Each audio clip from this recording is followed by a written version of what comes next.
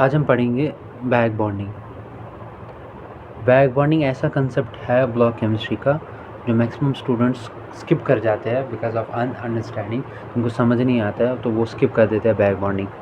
तो अब हम बैक बॉन्डिंग पढ़ेंगे। बैक बॉन्डिंग में हम पहला पॉइंट जो पढ़ेंगे ये है कि ये इंट्रामॉलिक्यूलर कंसेप्ट है, विच मीन्स कि ये जो कंसेप्ट है ये अराइज होता है मॉलिक्यूल्स के बीच में, विद इन मॉलिक्यूल्स। ठीक, अब इस बैक बॉन्डिंग से क्या होता है, बैक बॉन्डिंग में अगर आप देखेंगे तो यहाँ एक वर्ड बॉन्ड है, तो इसमें एक्चुअली होता ये है कि इसमें एक एडिशनल बॉन्ड बन जाता है। कौन सा बॉन्ड बन जाता है? एडिशनल बॉन्ड एक प्रेजेंट हो जाता है, बन जाता है।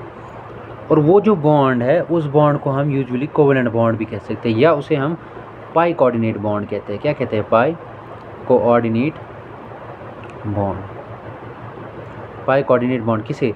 जो एडिशनल बॉन्ड बैक बॉन्डिंग में बनता है उसको पाई कोऑर्डिनेट बॉन्ड बनता है, बॉन्ड कहते हैं। ठीक, अब बैक बॉन्डिंग के लिए कंडीशंस है, जैसा कि मैंने पढ़ा था, तो हम कंडीशंस पढ़ते हैं पहले बैक बॉन्डिंग के लिए कि इसके लिए कौन कौन सी कंडीशंस वैलिड है, कौन कौन सी कंडीशंस की वजह से बैक बॉन्डिंग होती है। पहली जो कंडीशन है वो ये है कि देखो बैक बॉन्डिंग है, बॉन्ड, इसमें पहले वर्ड बॉन्ड आया। बॉन्ड अकेला नहीं बना सकता कोई, उसके लिए दूसरा ज़रूरी होना चाहिए। तो विच मीन्स कि इसके लिए 2 एडजेसेंट एटम्स चाहिए। अब जो ये एडजेसेंट एटम्स होंगे ये इनमें से एक का होना चाहिए वैकेंट ऑर्बिटल, ओके। और जो सेकेंड वन एटम होगा उसका होना चाहिए लोन पेयर। ये कंडीशंस नेसेसरी है कि अगर आपका कंपाउंड बैक बॉन्डिंग शो कर रहा है या नहीं कर रहा है। तो क्या क्या होना चाहिए? एक होना चाहिए एडजेसेंट एटम के पास वैकेंट ऑर्बिटल, दूसरा होना चाहिए लोन पेयर, यानी कि एक देने वाला लोन पेयर, यानी कि एक देने वाला होना चाहिए, और वैकेंट ऑर्बिटल यानी कि लेने वाला, एक देने वाला एक लेने वाला। अब इसके लिए हम क्या करते हैं, दूसरा एक पहला पॉइंट ये है कि 2 adjacent atom should have, one must have vacant orbital and other one should have lone pair. And the second most important concept related to back bonding is that to form back bonding or to show back bonding, element must be of 2,2 और 2,3, यानी कि element जो होना चाहिए वो 2,2 का होना चाहिए या 2,3 का, यानी कि 2,2 का या 2,3 का। अब वो समझना है ये 2,2 क्या है और ये 2,3 क्या है। 2,2 का मतलब है जो देने वाला होगा और लेने वाला होगा वो दोनों सेकंड पीरियड में होंगे, और जो 2,3 का मतलब है उसमें ये मतलब है कि एक देने वाला 2 का होना चाहिए, लेने वाला 3 का, या लेने वाला 3 का, देने वाला 2 का होना चाहिए, ऐसा। यानी कि 2,2 सेकंड पीरियड और 2,3 में 2 सेकंड पीरियड का है और 3 क्या है? थर्ड पीरियड का। ये चीज़ समझ आई आपको अच्छे से? So what does we understood from this, that both bonded atom must belong to second period, or one bonded atom must belong to the second period and the other must belong to third period। दूसरा point ये था, पहला जो हमने पढ़ा था वो ये था कि one bonded atom must possess a vacant orbital and the other bonded atom must possess lone pair। Okay, ये हो गया बैक बॉन्डिंग की कंडीशंस जो नेसेसरी है बैक बॉन्डिंग शो करने के लिए। अब इस बैक बॉन्डिंग से होता क्या है, अब हम कुछ ऑर्डर्स पढ़ेंगे। क्या पढ़ेंगे? ऑर्डर्स कि इन बैक बॉन्डिंग से होता क्या है एक्चुअली, असली कंसेप्ट में बैक बॉन्डिंग से क्या होता है। एज अ रिजल्ट कि जब बैक बॉन्डिंग होती है बिटवीन बॉन्डेड एटम्स तो उसमें बॉन्ड लेंथ डिक्रीज़ होती है। क्या होती है? बॉन्ड लेंथ डिक्रीज़ होती है। बॉन्ड लेंथ डिक्रीज़ होती है और जो बॉन्ड एनर्जी होती है वो इंक्रीज़ होती है। बॉन्ड लेंथ डिक्रीज़ होती है और बॉन्ड एनर्जी इंक्रीज़ होती है। अब आपके जहन में आ रहा होगा दूसरा कंसेप्ट बॉन्ड ऑर्डर का क्या होगा, या एसिडिक कैरेक्टर या बेसिक कैरेक्टर क्या होगा, वो अभी हम डिस्कस नहीं करेंगे, वो हम आगे डिस्कस करेंगे बैक बॉन्डिंग जब हम स्टार्ट करेंगे। तो इनिशियल की कंसेप्ट जो ओवरव्यू है बैक बॉन्डिंग का वो सिर्फ इतना है कि आपके लिए 2 कंडीशंस वैलिड होनी चाहिए, और जो बॉन्ड बनता है बैक बॉन्डिंग में वो हमेशा पाई कोऑर्डिनेट बॉन्ड होता है। ठीक, अब हम पढ़ेंगे फॉर एग्जांपल BF3 आप देखेंगे ये 2,2 का है, यानी कि ये भी 2 का है और ये भी 2 का है। ठीक, अब BF3 बैक बॉन्डिंग शो करेगा या ना करेगा वो हम देखेंगे। हमें ये पता है कि 2,2 और 2,3 होना चाहिए। पहला ये सेकंड कंडीशन 2,2 पहला है कि एक देने वाला और एक लेने वाला होना चाहिए। अब ठीक है, वही देखेंगे हम ये करता है कि नहीं करता है। तो बिफोर बैक बॉन्डिंग हम देखेंगे इसका स्टीरिक नंबर क्या था। स्टीरिक नंबर था इसका मेरा पढ़ने का जो तरीका है वो ये था कि sigma plus lone pair. Sigma कितने बनाता है? ये 3। लोन पेयर है कोई इसके पास? नहीं, 0। 3 + 0 होता है 3, यानी कि ये जो बॉन्ड, ये जो हाइब्रिडाइजेशन होगी इसकी वो होगी sp2, और जब sp2 होगा वो होगा ट्राइगोनल प्लेनर। आई होप ये बात समझ आ गई होगी आपको कि जब sp2 होगा तो ट्राइगोनल प्लेनर होगा।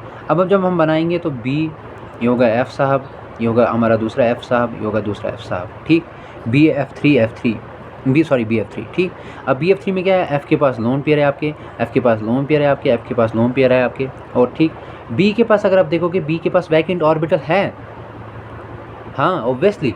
बोरान के पास क्या है, बोरान के पास वैकेंट ऑर्बिटल है, p का वैकेंट ऑर्बिटल है बोरान के पास, और इसके पास जो फ्लोरीन का ये जो लोन पेयर है ये भी p का ही है, क्योंकि इसमें d का कोई कंसेप्ट है नहीं, बोरान में भी d का कोई कंसेप्ट है नहीं, तो इसका मतलब इसके पास वैकेंट ऑर्बिटल है बोरान के पास, और इसके पास क्या है, लोन पेयर। अब इसका लोन पेयर इसको ये इलेक्ट्रॉन देगा, ठीक, समझ आएगा। और जो बॉन्ड बनेगा इसके लोन पेयर और इसके देने और इसके लेने से, उसको हम कौन सा बॉन्ड कहेंगे, बैक बॉन्ड, या कहेंगे हम पाई कोऑर्डिनेट बॉन्ड, क्या कहेंगे, पाई कोऑर्डिनेट बॉन्ड। ये समझ आया आपको कि इसके देने से और इसके लेने से एक बॉन्ड बनता है जिसको हम पाई कोऑर्डिनेट बॉन्ड बनता है। अब ये BF3 है, उसी तरह ये भी BF3 है, उसी तरह ये भी BF है, और उसी तरह ये भी BF, ये अपना देगा, फिर उसके बाद ये भी अपना देगा और ये भी अपना देगा, 2 2 4 2 6 2 8, और इसका ऑक्टेट भी कंप्लीट हो जाएगा, और अपना F जो है वो बैक बॉन्डिंग भी दिखाएगा। और इसमें अगर मैं आपको पूछूंगा एक क्वेश्चन कि इसमें कौन सा बॉन्ड बना, ये D पाई P पाई बना, S या P पाई D पाई बना, तो ऑब्वियसली सबका जवाब यही होना चाहिए, इसका P पाई बना, क्योंकि ये देने वाला भी P का ही था और लेने वाला भी P का ही था, और ये क्या कंडीशन थी, 2,2 वाली कंडीशन, ठीक। अब इसमें बना बॉन्ड, तो जब इसका बॉन्ड बनेगा तो उसका कुछ स्ट्रक्चर ऐसे आएगा, ये आएगा F, ये आएगा F, ये आएगा F। तो हम रिप्रेजेंट करते हैं डैशेड डॉट्स लाइन में हम करते हैं, क्यों, क्योंकि इसके पास पार्शियल डबल बॉन्ड कैरेक्टर होता है, तो उस तरीके से हम रिप्रेजेंट करते हैं इसका। अब देखो कि इसकी हाइब्रिडाइजेशन क्या थी, sp2। अब इसका आप देखो, इसकी हाइब्रिडाइजेशन चेंज हो रही है क्या, ये जो आपके पास BF3 है, क्या इसकी हाइब्रिडाइजेशन चेंज होती है, नहीं, इसकी हाइब्रिडाइजेशन भी क्या आएगी, sp2, यानी कि no change in hybridization, okay. अब इससे क्या होगा, बैक बॉन्ड से क्या होगा, पार्शियल डबल बॉन्ड कैरेक्टर आ गया ना, तो इससे क्या होगा, बॉन्ड स्ट्रेंथ क्या होगी, बॉन्ड स्ट्रेंथ इंक्रीज होगी, और बॉन्ड लेंथ क्या होगी, बॉन्ड लेंथ मैंने पहले ही आपको कहा था बॉन्ड लेंथ डिक्रीज होगी, तो बॉन्ड लेंथ भी डिक्रीज होगी। और इसका जो मोस्ट इंपॉर्टेंट है, जो मैक्सिमम स्टूडेंट्स को शायद पता ना होगा, जो इसका हम बॉन्ड ऑर्डर निकालते हैं उसका तरीका होता है sigma plus pi divided by sigma, number of sigma bonds plus pi bonds, number of sigma bonds plus pi bonds divided by sigma bonds, वो जब कैलकुलेट करते हैं वो आता है 4/3, यानी कि इसका बॉन्ड ऑर्डर भी इंक्रीज हो जाता है। ये बात समझ आई आपको, ठीक। अब हाइब्रिडाइजेशन चेंज हुई नहीं, और हाँ मोस्ट इंपॉर्टेंट sp2 रहा, तो इसका जो ये है ऑब्वियसली है बॉन्ड एंगल है वो क्या होगा, सेम ही रहेगा, बॉन्ड एंगल भी चेंज नहीं होगा, ठीक। बॉन्ड एंगल सेम रहा, बॉन्ड स्ट्रेंथ इंक्रीज होगी, बॉन्ड लेंथ डिक्रीज होगी, बॉन्ड ऑर्डर भी इंक्रीज होगा, और हाइब्रिडाइजेशन में चेंज नहीं आई, ये जैसा था वैसा ही रहा, ठीक। आ गया ये समझ। अब हम पढ़ेंगे टाइप्स ऑफ बैक बॉन्ड। अब बैक बॉन्ड के टाइप्स है, पहला टाइप जो हम बैक बॉन्ड का पढ़ेंगे वो है P पाई, एक होता है P पाई, दूसरा होता है P पाई D पाई। अगर मैं आपसे कॉमन क्वेश्चन पूछूंगा, मुझे बताओ, आप बताओ मुझे ये P पाई कौन शो करेगा, आप खुद कहोगे 2 वाला, और P पाई D पाई कौन करेगा 2-3 वाला, यानी कि 2 और 2-3 होनी चाहिए, ठीक, होना चाहिए या होनी चाहिए। चलिए, और हाँ मैं आपको एक चीज़ यहाँ थोड़ा सा रिकैप कर लूँ, पिछले जो आपने पढ़ा होगा, लेविस एसिड हम किसे कहते हैं, लेविस एसिड हम उसे कहते हैं जिसके पास टेंडेंसी हो इलेक्ट्रॉन एक्सेप्ट करने की। लेविस एसिड को सो यूस इलेक्ट्रॉन एक्सेप्ट करे, यानी कि इलेक्ट्रॉन एक्सेप्टर होगा, और लेविस बेस आपको पता ही है वो क्या होगा, फिर इसका अपोजिट होगा, ठीक। अब आपको समझ आया P पाई क्या होता है और P पाई D पाई क्या होता है। P पाई आपको पता है, P पाई 2 दिखाएंगे, और P पाई D पाई दिखाएंगे 2-3 वाले, ठीक। अब मैं आपको एक क्वेश्चन डालूंगा, क्वेश्चन ये है कि कंपेयर लेविस एसिड स्ट्रेंथ, ठीक। ये आपको मैं दूंगा BF3, ये मैं दूंगा आपको BCl3, ये मैं दूंगा BBr3, ये मैं दूंगा BI आपको 3, ओके। अब मैं आपको बताऊंगा, बताओ जी इसका, आप मुझे बताओ जी इसकी हाइब्रिडेशन तो वैसे चेंज नहीं होगी, आप मुझे बताओ आप लेविस एसिड स्ट्रेंथ। देखो BF3 में बैक बॉन्डिंग होगी, हाँ जी बिल्कुल होगी, क्यों, इसके पास देना है, इसके पास लेना है, और ये 2-2 का है, इसके पास देना है, इसके पास लेना है, ये 2-3 का है, इसके पास भी बैक बॉन्डिंग होगी, इसके पास बैक बॉन्डिंग, क्योंकि ये 2-4 का है, इसकी ये 2-5 की, इसकी भी बैक बॉन्डिंग। तो जब हम लेविस एसिड स्ट्रेंथ देखते हैं, इनकी जो बैक बॉन्डिंग दिखाती है उनकी लेविस एसिड स्ट्रेंथ कम हो जाती है, ऐसे ऐसे ऐसे, यानी कि मोस्ट एसिडिक इसमें कौन होगा, Bi3 होगा, या आप टेक्स्ट बुक खोल सकते हो, वहाँ भी लिखा हुआ है Bi3 मोस्ट सबसे ज़्यादा एसिडिक होगा, ठीक। क्यों होगा मोस्ट ज़्यादा एसिडिक? क्योंकि इसमें बॉन्ड इफेक्ट ये सॉरी क्या बोलते हैं इसको, बॉन्ड बैक बॉन्डिंग है ही नहीं।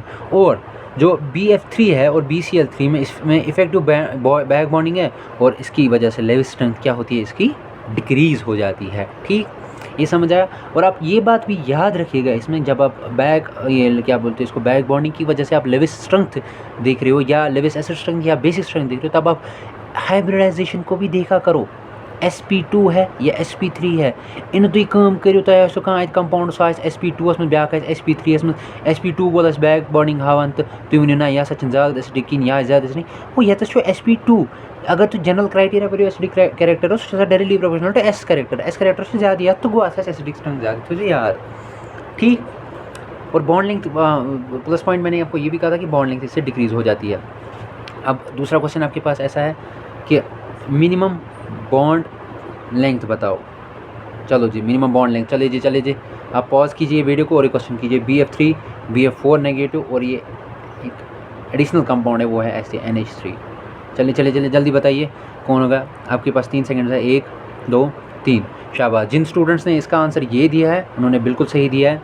क्यों दिया है? क्योंकि इसमें क्या है, बैक बॉन्डिंग है। इसमें बैक बॉन्डिंग है तो बॉन्ड लेंथ क्या होगी, डिक्रीज़ होगी। बॉन्ड ऑर्डर क्या होगा, इंक्रीज़ होगा। बॉन्ड लेंथ होगी डिक्रीज़, बॉन्ड ऑर्डर होगा इंक्रीज़। इसमें है बैक बॉन्डिंग, मतलब इस पूछो ज़रा हम देखेंगे इसमें, ये है B, ये है F, ये भी है F, ये भी F और ये नेगेटिव है। कहाँ से बैक बॉन्डिंग होगी? इसके पास है और वो उसने एक फ्लोरीन एडिशनल ले लिया है ना। ये ले तो सकता ना, दे तो सकता है ये, हाँ ये फ्लोरीन दे सकता है, लेकिन लेने वाला नहीं है, क्योंकि इस लेने वाले के पास बराबर ऑक्टेट कंप्लीट है और इसके पास बराबर बॉन्ड है, तो इसके पास बैक बॉन्डिंग क्या होगी, एब्सेंट होगी। क्या होगी, एब्सेंट। अब ये जो कंपाउंड है BF3 NH3, इसमें भी बैक बॉन्डिंग एब्सेंट है। क्या है, बैक बॉन्डिंग एब्सेंट है। अब इसमें हम क्या पढ़ते हैं, इसमें एक चीज़ है मुझे याद नहीं है टेक्स्ट बुक में लिखा है कि नहीं लिखा है, लेकिन इसमें एक बहुत अच्छी चीज़ है जो हम पढ़ते हैं, वो ये है कि ये BF3 ऐसे होता है और इसके साथ प्लस होता है ये NH3। अगर आप देखेंगे NH3 के पास क्या है, लोन पेयर है ना, लोन पेयर। इसमें क्या चीज़, अगर फॉर एग्जांपल ये कंपाउंड का को नीट को आता है तो इसमें वो एक क्वेश्चन अच्छा पूछ सकता है। अगर ये आया तो क्या क्वेश्चन पूछता है, क्वेश्चन कुछ ऐसा होगा कि आपके पास यही एडिशनल कंपाउंड है BF3 और NH3, ये जब एडिशनल बन जाते हैं तो ये ऐसे बन जाता है कुछ। बी के पास है ना ताकत लेने की, इसके पास यहाँ लोन पेयर है देने की, तो ये ऐसे बन जाता है NH3।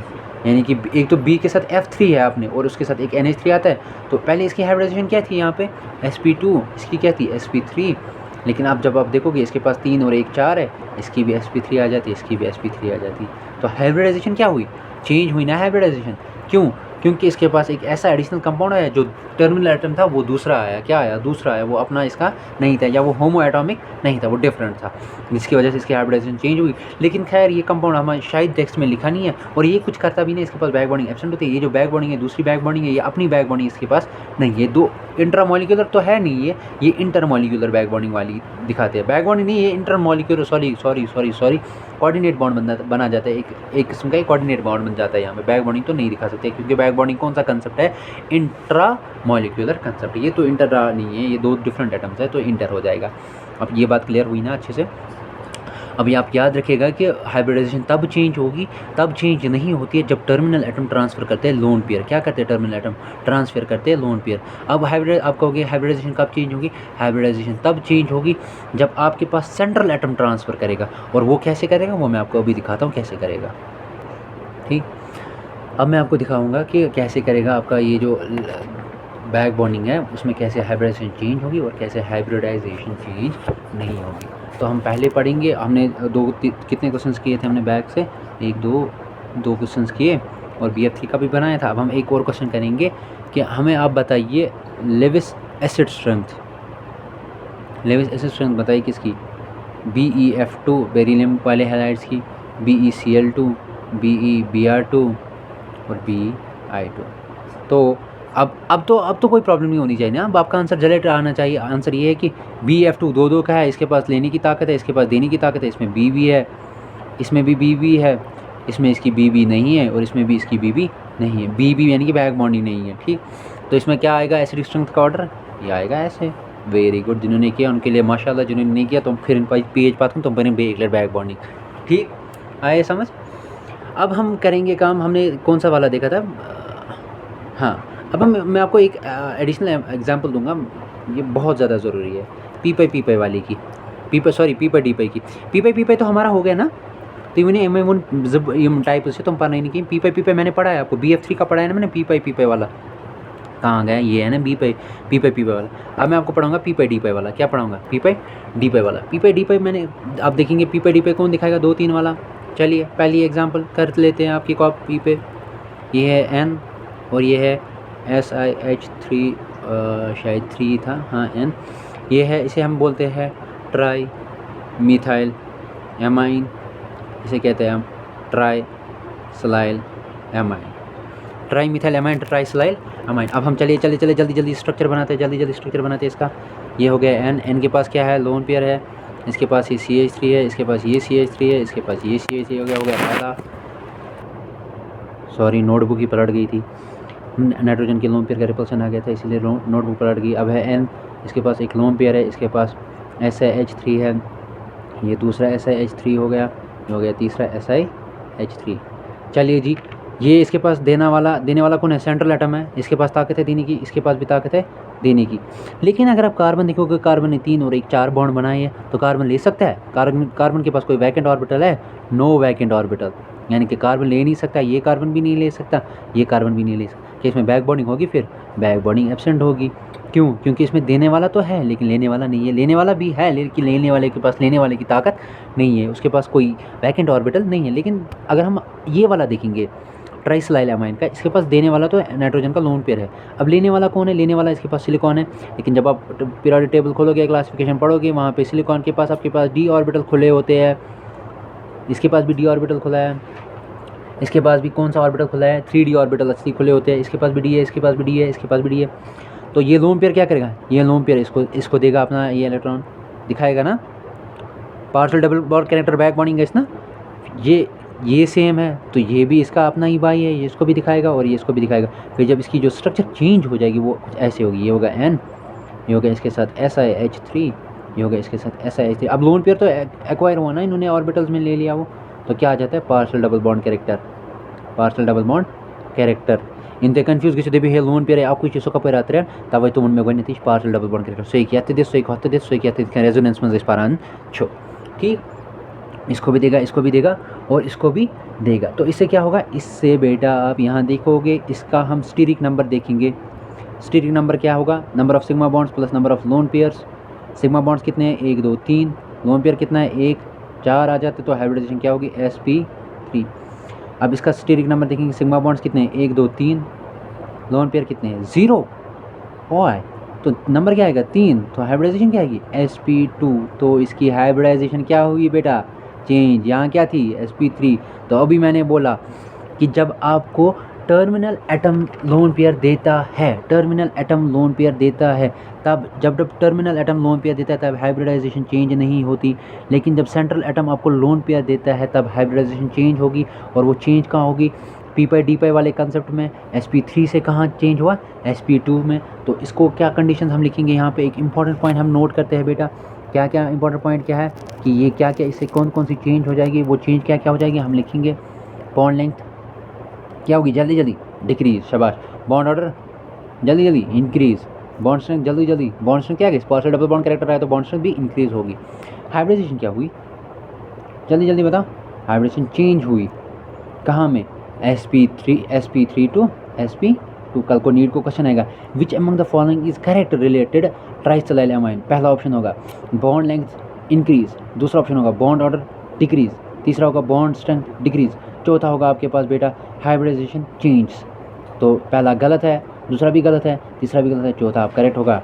नीट के 4 मार्क्स, सिलेक्शन सीधे ऊपर, सीट्स ऊपर। ठीक, आ गया ये समझ। अब हम डालेंगे इसमें बेसिक स्ट्रेंथ वाले क्वेश्चन। ठीक, अब हम पढ़ेंगे compare the basic strength. Okay, अब देखेंगे बेसिक स्ट्रेंथ में हमें क्या पढ़ना है। पहला कंपेयर, ये हो गया बैक बॉन्डिंग इतनी है, ये आसमशन बे कंदंदरी। Compare basic strength, acidic strength तो पढ़ी ना आपने, अब बेसिक स्ट्रेंथ पढ़ते हैं। अब मैं देखता हूँ आपके पास आपने पीरियोडिक क्लासिफिकेशन, जिसने पीरियोडिक क्लासिफिकेशन अच्छे से पढ़ी होगी या जिसने एसिडिक ऑक्सो एसिड्स या कुछ भी एसिडिक रिलेटेड पढ़ा होगा या रेडॉक्स पढ़ा होगा अच्छे से, उसको पता होगा कि ये सवाल कैसे करना है। ये है OCH3, ये OCH। पहला पॉइंट, इसमें बैक बॉन्डिंग नहीं होगी क्योंकि देने वाला तो है लेकिन लेने वाला नहीं है, तो बैक बॉन्डिंग एब्सेंट है। इसमें देखेंगे हम बैक बॉन्डिंग प्रेजेंट है, ये इसको देगा, ये इसको देगा, इसके पास लेने की ताकत है, इसके पास देने की क्षमता है, तो इसमें बैक बॉन्डिंग प्रेजेंट है। अब मुझे बताओ बेसिक स्ट्रेंथ किसकी होगी। अब मेरे बेटे आप कहोगे वहाँ पे कि ये जो यहाँ पे ये है ओस SH3 इसमें बैक बॉन्डिंग है, तो हमने पीछे पढ़ा जिसके पास बैक बॉन्डिंग है उसकी एसिडिक स्ट्रेंथ कम हो जाती है क्योंकि उसकी बॉन्ड स्ट्रेंथ इंक्रीज हो जाती है। लेकिन बेटा यहाँ पे ऐसा नहीं है, मैंने आपको उससे पहले थोड़ी सी एक लाइन कही, इनटू डायरेक्ट किसी बैक बॉन्डिंग पर पहले देखना हाइब्रिडाइजेशन क्या होगी। यहाँ पे जब आप देखोगे तो इसकी हाइब्रिडाइजेशन कुछ ऐसे आ जाती है, number of sigma bonds plus number of lone pair. Sigma bonds कितने हैं, सिग्मा बॉन्ड इसके पास 2 है, लोन पेयर कितने हैं 2 है, तो क्या आ जाती है हाइब्रिडाइजेशन sp3। अब ये जब बैक बॉन्डिंग शो करेगा इसके पास एक लोन पेयर रहेगा और ऐसे SiH3 रहेगा और ऐसे SiH3 रहेगा। ओके, तो इसके पास क्या आएगी, सिग्मा बॉन्ड्स कितने हैं, sigma plus lone pair, sigma bonds कितने हैं 1 2, लोन पेयर कितना है 1, तो हाइब्रिडाइजेशन क्या होगी sp2 sp3 sp2 sp3 sp2। तो आपको कॉमन क्वेश्चन है ये, आपको बोलेगा बताओ जी एसिडिक स्ट्रेंथ किसकी ज़्यादा होगी, जिसके पास sp2 कैरेक्टर होगा या जिसके पास sp3 कैरेक्टर होगा। ऑब्वियस ही बात है जिसके पास sp2 कैरेक्टर ज़्यादा होगा। एसिडिक स्ट्रेंथ में यहाँ लिखूँगा, acidic strength is directly proportional to s character. अब s कैरेक्टर सबसे ज़्यादा यहाँ है, तो एसिडिक स्ट्रेंथ भी कहाँ ज़्यादा होगी, इसमें होगी एसिडिक स्ट्रेंथ ज़्यादा, इसमें होगी एसिडिक स्ट्रेंथ ज़्यादा। लेकिन इसका इनवर्स क्या होगा, बेस स्ट्रेंथ। तो बेस स्ट्रेंथ कैसे होगी, समझ आओ ये इशू sp2 sp3 बेसिस पे डिस्कशन। बैक बॉन्डिंग होती है, बैक बॉन्डिंग के बाद आप ये भी देखो कि अगर बैक बॉन्डिंग के बाद हाइब्रिडाइजेशन चेंज नहीं हुई तो आपको पता ही ये होगा ही नहीं, ये इसके सबसे ये मोस्ट बेसिक होगा। क्यों, क्योंकि इसमें बैक बॉन्डिंग है और प्लस इसमें क्या बोलते हैं हाइब्रिडाइजेशन चेंज नहीं होती। अब अगर हाइब्रिडाइजेशन चेंज होगी तो आप देखो sp2 हो जाती है या sp से ज़्यादा हो जाती है, तो sp कैरेक्टर के हिसाब से s कैरेक्टर के हिसाब से आपको ये देखना होता है। ठीक, एक लास्ट और मोस्ट इंपॉर्टेंट कंसेप्ट जो आपको बुक में भी लिखा हुआ होता है वो ये है कि, थोड़ा सा मैं फ़ोन टिल्ट करता हूँ यहाँ पर, वो ये है कि CH3OH और SiH3OH इसका हमें बताना है एसिडिक स्ट्रेंथ। ठीक, अब ये कुछ ऐसा कंपाउंड होता है, ये होता है ऐसे CH3O लोन पेयर H, और ये होता है Si, क्या था मैंने डाला था SiH3, सॉरी H3 में यहाँ से डालूँगा Si, फिर यहाँ होता है O लोन पेयर H। ठीक, देने वाला है, लेने वाले के पास लेने वाले की क्षमता नहीं है, तो बैक बॉन्डिंग एब्सेंट है और इसमें बैक बॉन्डिंग प्रेजेंट है। बैक बॉन्डिंग एब्सेंट है, बैक बॉन्डिंग प्रेजेंट है। लेकिन इसमें हाइब्रिडाइजेशन क्या होगी, जैसे ऐसे यहाँ पे हुआ वैसे यहाँ पे होगी, हाइब्रिडाइजेशन चेंज होगी तो एसिडिक स्ट्रेंथ किसकी ज़्यादा होगी, इसकी एसिडिक स्ट्रेंथ ज़्यादा होगी। अब बैक बॉन्डिंग आपको समझ आया, बैक बॉन्डिंग आप अच्छे से समझ आया ना, बैक बॉन्डिंग क्या होती है। तो हम एक छोटा सा क्विक